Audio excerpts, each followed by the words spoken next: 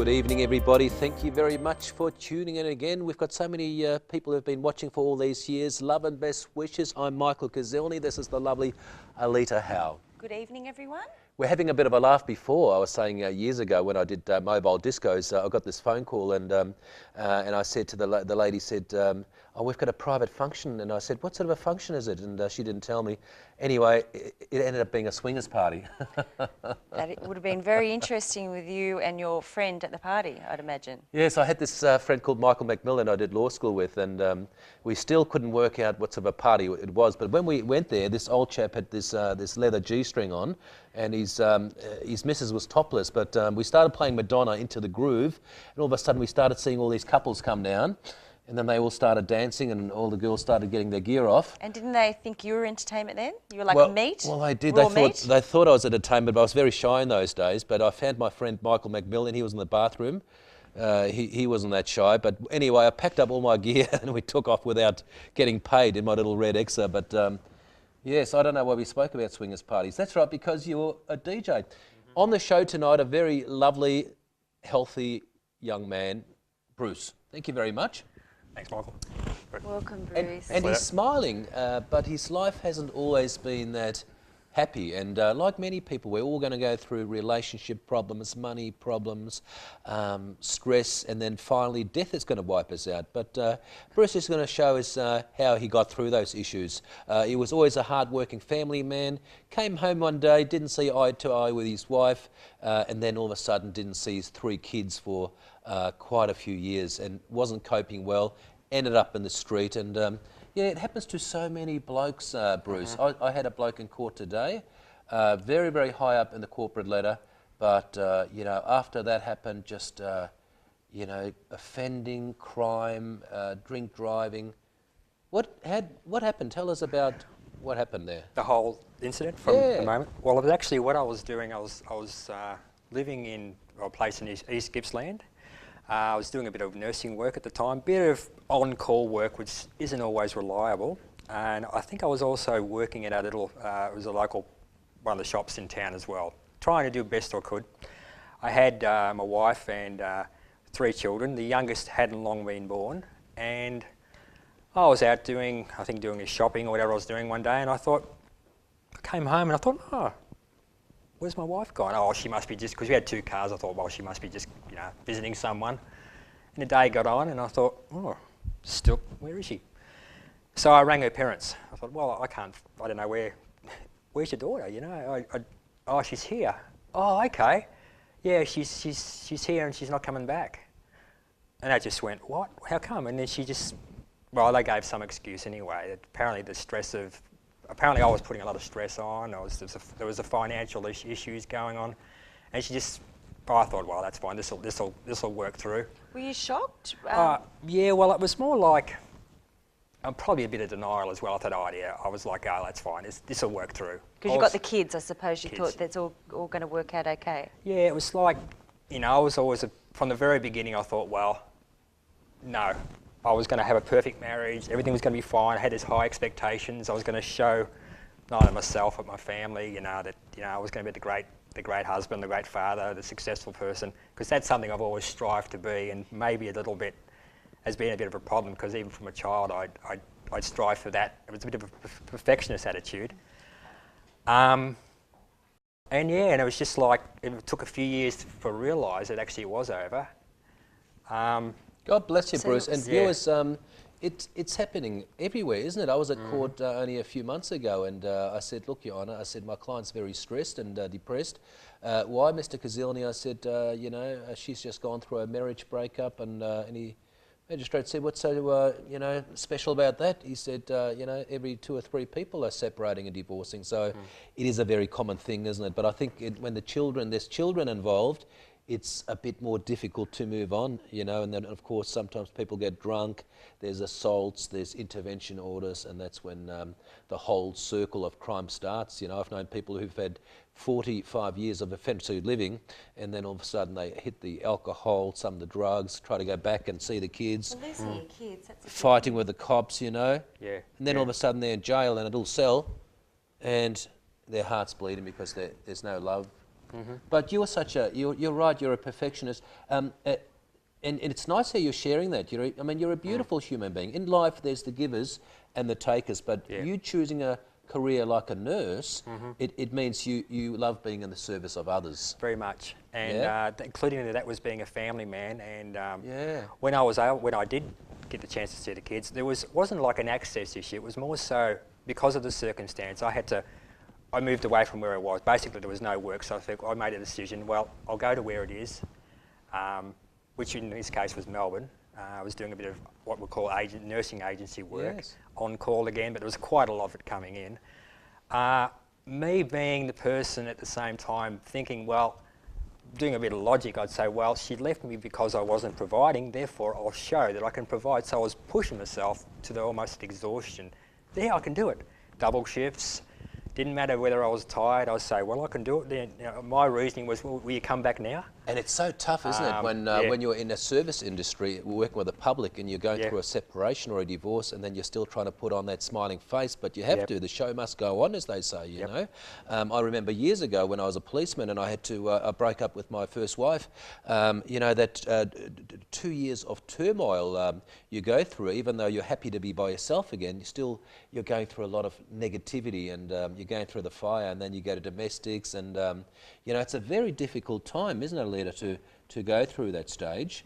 With children, it magnifies it all, really. Yeah. Oh, yeah. And it sounds like the original breakup, financial issues were a big part of it. Yep. Yes. I think so. I'm looking back also, this is in hindsight, as we say, that there were probably other issues involved as well. There was a lot of, I'm looking back and I see that probably I went into the marriage, maybe in certain areas I needed to be mature, and I know definitely my wife did, but it was more so emotional preparation for something like that, or even a trial in a marriage. If you're not ready for it, couples can just When you meet the wrong person, absolutely. I like the way you're very real and authentic. There's no fake mask there, which is really nice. But you weren't coping well when that happened. You broke down, didn't you? Well, for many times it was like I said, initially it was like, oh no, this can't happen, but it was a pretense. Deep down I was hurting, deep down I was struggling with my emotions over the whole thing,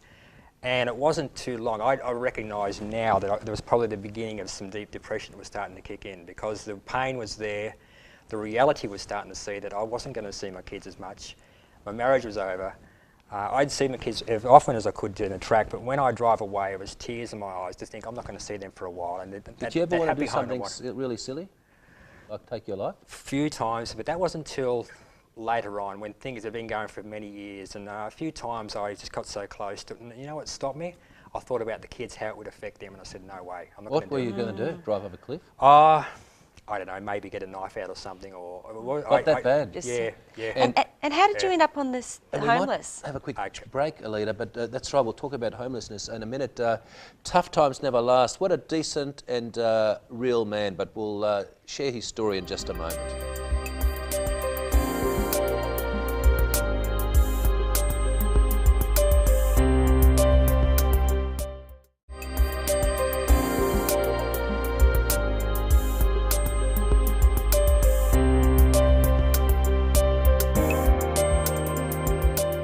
Welcome back to the show. Hope you're having a lovely Wednesday night and spending some time with your loved ones. If you haven't got loved ones and you're separated and you're feeling a bit lonely, start doing some meditation, just calming the mind, and you'll find that that loneliness turns into aloneness. So I've been saying this for many years. A lot of people try to change the externals to make themselves happy, but the more you do that, the more unhappier you'll get. Try to change the internals and just get this inner happiness. And life is really about simplicity, isn't it? I always sit around with lots of friends and people I represent, and everybody's got too much bloody credit. Credit cards, Alita, you know, some people are spending up to 70% on paying off their credit cards. I mean, 70% of their income. It's keeping up with the Joneses. You know, there's always going to be someone richer, Yeah. skinnier, more beautiful. Don't worry about it. Just keep life simple. In Do America, not go there's an there. epidemic at the moment, like, you know, $59 or $500 billion worth of credit cards. But what's happening all over the world is marketing. You know, you see these beautiful people and the nice cars, and we think everyone's like that. So we want that stuff to make us think that those people are going to be impressed with us. So really, we've got to really detach ourselves from the opinions of other people, and it's all just a imagination, isn't it? It's getting back to basics, and it gets back to self-worth, and it's things are not going to make you happier. People that you get with, partnerships, if you're not happy within yourself, you're not going to get any happier with Embrace someone simplicity, you know, because we sit around in rooms and we pretend that everything's nice. How are you? I'm great. What did you do over the school holidays? But really, half those people you talk to are depressed on antidepressants, even thinking about killing themselves, you know. And really, it's funny, and people never talk about death. They never talk about how much they earn. They never talk about the real stuff, Bruce, you know. Why can't they take their masks off and just be a bit more authentic? Well, I did take my mask off one day. I actually decided, I'm always quite happy-go-lucky, but I decided at the school playground, mother walked up to me and said, "How are you today?"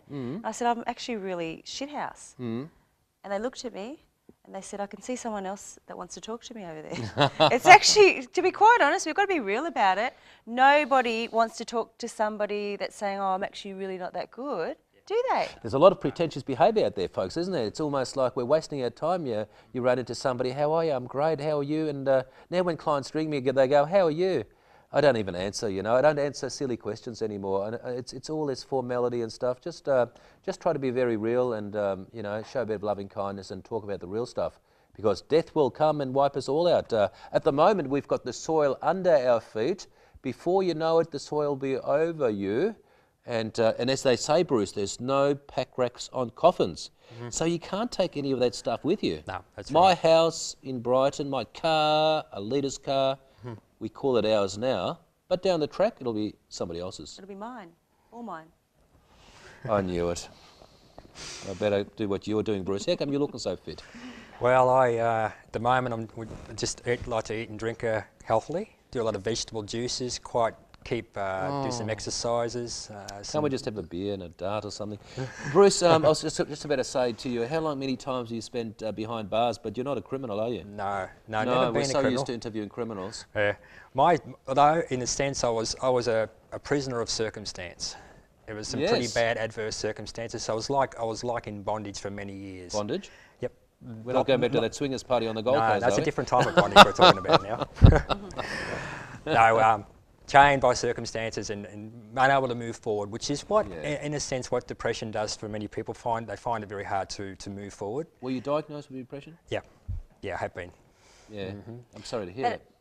But I didn't know what it was for many years. I do know what it is now. You were just trying to soldier on, weren't you? Through it all. Yeah, I'm just having a down day, just better, and wonder why some days I just couldn't get going, couldn't get motivated, and it was all part of it. I've since realised what it is, you know. Did you lose your job through the depression, or? No, well, see, my jobs have always been casual anyway, so I had the flexibility to work when I wanted to, although there was times when I knew it was starting to affect me. Also, I have had some issues from chronic fatigue, which the nursing was sometimes I just couldn't work for the long hours. Also, I met a good friend who helped me.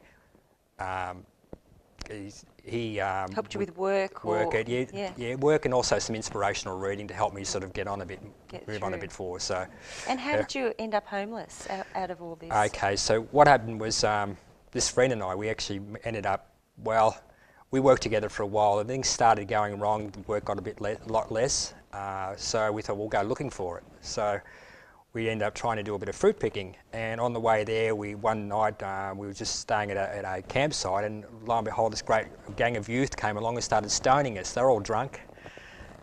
He got hit in the head a few times. I got a couple on the face, and we thought, I don't think we're meant to be here. Yeah. You know, we spent about a week doing that. We ended up going to Queensland.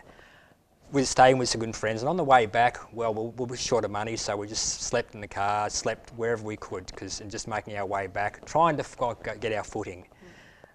Was he lost as well in his situation? Yeah, he was. He'd had a marital breakdown, and he was a little bit like me, trying to find answers, trying to find solutions, and just getting some financial backing as well. And, Isn't it amazing, folks? People break up and they go on to the next person, and it's just like it keeps on going around. But isn't it amazing how all those difficult issues that so many Australians face turn into something beautiful? Because that lady over there, Jordan, where'd you meet her? At the dancing hall? Oh yeah, I met her at the things that built up for our meeting was after things started improving in my life. The monetary came out. I was able to afford to get my nursing certificate again because I couldn't even afford to get that. Wow. So I got some nursing shifts behind me. I spent a couple of years or so just back in Melbourne at that stage. And I thought came to me, why don't you start going out and meeting new people? Good. Because you're in a bit of a rut. I mean, and how long had that been, Bruce, since you split up with your wife in all this depression and anxiety and chronic, before you met your lovely... It had probably been about 3 or 4 years. It's taken that period of time to finally come to the grips with it, and also I could sense a healing taking place, an acceptance from the grief, and I thought, well, maybe it's time to start. You come to the point, it's over, let it go, move forward. Perhaps there's someone out there for you. But I went there I didn't really look for relationships, more so for friendships. But I met Jordan, and the rest is history. We just connected. I found a very positive person. She'd been through a few issues as well. Didn't you only have $8 to go into the club? That was your last $8? Well, have a short break and talk about that beautiful meeting and that marriage after the next break, but you're a good man. We'll be back very shortly with Bruce on the couch.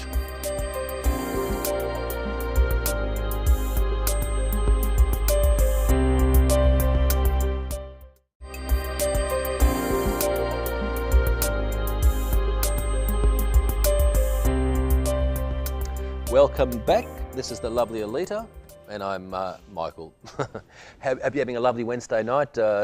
It's nice going down to Geelong on the west coast, isn't it? Lovely. Yeah. Nice spot out to the beaches. And it's beautiful there, isn't it? Because Channel 31's really big here in Melbourne and Geelong. Well, they should be watching, shouldn't they? And we have a lot of people who come onto our Facebook. Check out our Facebook if you're good with a computer, and also check out the website, Tough Times Never Last. All the episodes are on there. Over the last few years. There's some good stories on there. I don't think people realise it's over 200 episodes. No, it's probably close to 300 now. It started off as Cops and Lawyers back in 2004. Then it became a Life and Crime, and of course Tough Times Never Last because of all the people going through tough issues. So many people are going through difficult times, more and more so, and I think it's just going to increase. Depression is one of the biggest diseases in the world, and life's become so complex. So we really have to say to ourselves every morning, life is tough for everybody. We just have to make it a bit more better, and taking ourselves completely out of the picture and trying to become a lot more selfless, and then we can really find out about the lives of others, Bruce, can't we? Mm-hmm. Because if you're going through a divorce, or if you're bankrupt, or you're depressed, and it's all about me, then we're just going to walk around with a sad face, aren't we? But if we just take ourselves out of the picture and become completely selfless and just turn that spotlight onto that beautiful human being, all their problems sort of dissolve, don't they? Oh, it makes a big difference. I think that's one of the reasons, probably one of the things that helped me over the years as a nurse was I was always seeing someone, in a sense, worse off than me. Yes. In various places I'd worked at. And I come to realise as well, as I understood it more, and I started investigating into how large of a population people have with depression and other health issues, and I thought, well, once you understand something, and first thing is to work on your own program to get yourself fixed up as best you can with help of others, and then you come to realise then if something has helped me, perhaps there's someone I could share with to the same information to help someone else.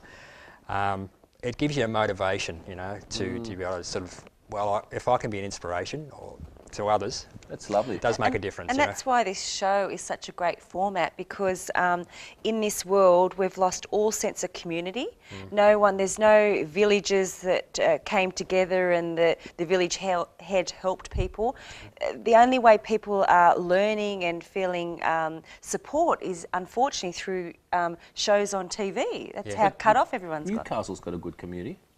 Newcastle, I had to get out of there as soon as I reached age 16, so no, it didn't really It's got have a much good community feel. I went to Newcastle, folks, with Alita one time over Christmas time, last Christmas, and I decided on Christmas Day to go for a run, and within 2 minutes people were throwing beer bottles at me saying, "What the hell are you running around for? It's like the Bronx." Because you thought I grew up I in the thought I grew up in the wealthiest town in Newcastle, but he was a bit shocked. It is actually the poorest When town I met in her, she had all Newcastle. these designer dresses on. I thought her parents are going to have some sort of a castle with these big, like Tony Montana, Scarface. I get there and it's, anyway, it doesn't really matter. It's true, but I have got dirt under my fingernails. Doesn't really And matter. I can fight physically. That's what it taught me. Doesn't So- really matter so that it's- I've never met any loaded girls. But look, moving right along, love, you're right, you fell in love, you got married 3 years ago, so all that negativity's gone, and you wrote a poem. Well, actually, this particular poem is called Maybe. Now, this was actually sent to me from Jordan. We'd only known each other about 2 months or so, and when I read it, I thought it was actually seen to be a description of what was actually then happening at that time, how we'd met, in reflection about what I'd gone through. So it was very inspiring, and I'll read it in a second, but Jordan and I actually, as a result of not only this but our relationship, have decided we got very inspired because we've found someone who actually, the good thing about finding someone you really love and who really loves you, a spark within you gets you inspired, that creativity shines forth, and we've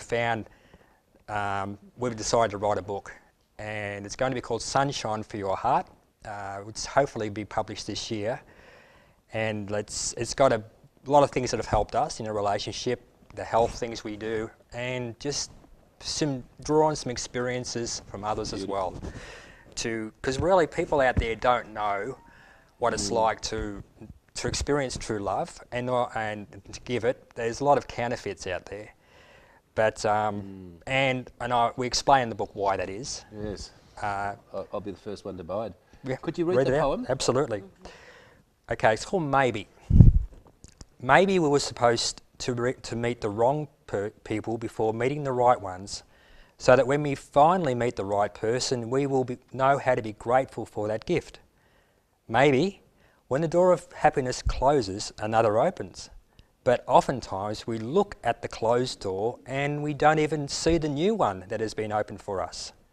Maybe it is true that we don't know what we have until we lose it, but it is also true that we don't know what we have been missing until it arrives. Maybe the happiest of people don't necessarily have the best of everything. They just make the most of everything that comes along their way.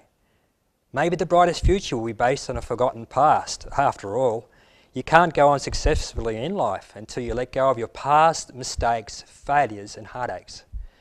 Maybe the best kind of friend is the kind you can sit on a porch and swing with, never say a word, and then walk away feeling it was the best conversation you've ever had. Maybe you shouldn't go for looks. They can deceive. Don't go for wealth, even that fades away. Go for someone who makes you smile, because it takes only a smile to make a dark day bright. Find the one that makes your heart smile. Wow. Makes me want to go looking. Oh, that's beautiful. Yes. Wow, it makes See, me he cry. shouldn't judge poor people, should he? This is about wealthy people. No, that's Right, right. It's we'll it's There's cry. no heart smile. judging. Yeah. Well, crying, but some great inspiration there. I love that poem. It means a lot. I like Meeting coming the here on right a weekly person. basis. I just learn so much. It makes me feel completely disturbed and confused about life. Have I made the right decisions? Maybe, I want to find maybe. that porch and start swinging and not talk. Well, they say the happiest people alive are very frugal with their words. Because the more we talk, and especially in court, the more they look at you and start judging, don't they? And what that poem is about, it's about friendships. It's beautiful. And like relationships are bigger than the facade and what you've got in your hip pocket, which Michael talks about. And Bruce, in finishing off, there's a lot of dads there and mums suffering because you know either party might leave. What's your advice on if they're really rock bottom and they might be in a situation where they want to take their lives? What can you tell them in a very short? Okay, I could say stop and think about it for a moment. You're not alone, really. There's support services out there. There's information out there. This'll pass. You're going through some rock bottom stuff at the moment, but look, you know, in a matter of a few months' time, if you're with the right people helping you and the right information you take on. That is the right information, folks. This too shall pass, and I saw that on a waitress on the arm the other day. This too shall pass. So, look, thank you very much for watching, everyone. Whatever problems you're going through, remember it's very impermanent. No problem lasts forever, does it, Alita? No, it doesn't. And tomorrow will be another day. And just think, in 5 years from now, will this problem really matter? Love and best wishes. Thank you very much, Bruce. Thanks, Mike. And thank you very much, the lovely Alita. But I am poor. And thank you very much, lovely viewers. God bless. Good night.